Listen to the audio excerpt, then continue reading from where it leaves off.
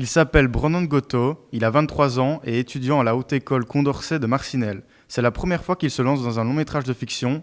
Son titre, Batman Dark Victory. J'avais toujours l'habitude de faire des courts-métrages assez originaux par le sujet. Du coup, ça me dérangeait un peu d'inclure ce Batman dans cette liste assez originale, on va dire. Puis bon, je me suis dit, allez, j'aime tellement le personnage, autant se lancer dans ce défi qui peut paraître compliqué, mais qui ne l'est pas autant qu'il y paraît. Le tout tourné dans sa ville natale. Le fait de tourner à Charleroi, voilà, qu'on a des bâtiments comme ça, un côté un peu industriel, un peu, bon, j'aime bien Charleroi, mais un peu sale, on va dire, ça correspond parfaitement à Gotham City, quoi. L'usage veut qu'on réalise ce type de film sans accord auprès des ayants droit.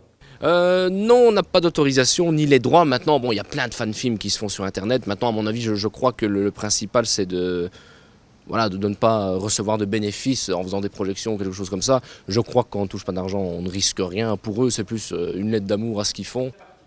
Du côté financier, de la réalisation, du scénario et des comédiens, les choses sont simples. Zéro budget, bon, sans compter la caméra, mais bon, ça je l'avais déjà avant. Non, zéro budget, avec de la débrouille, il y a moyen de faire sans argent. J'adore faire ce projet, mais c'est très contraignant techniquement, même si voilà, c'est en amateur et que je suis assez libre et que j'ai pas de studio derrière pour me pousser au cul. Moi, j'adore faire des longs plans séquences, des trucs un peu introspectifs avec des grosses voix off et des moments de réflexion. Et dans Batman, on peut pas malheureusement. Maintenant, les moments les plus durs, c'est quand moi je joue, parce que vu que je joue Bruce Wayne Batman, j'ai toujours l'habitude de filmer et j'adore ça. J'aime bien avoir ce contrôle de l'image.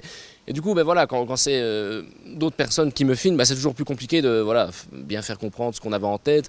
Bon, en tout cas, globalement, c'est difficile, mais le résultat est très bien, donc fort heureusement, ce n'est pas dérangeant. Quelques collègues comédiens qui, bon, au fur et à mesure, sont devenus des amis, mais allez, je crois qu'il n'y en a que 3. Le reste, c'est à force d'avoir passé des annonces de casting, et il y en a qui se sont proposés.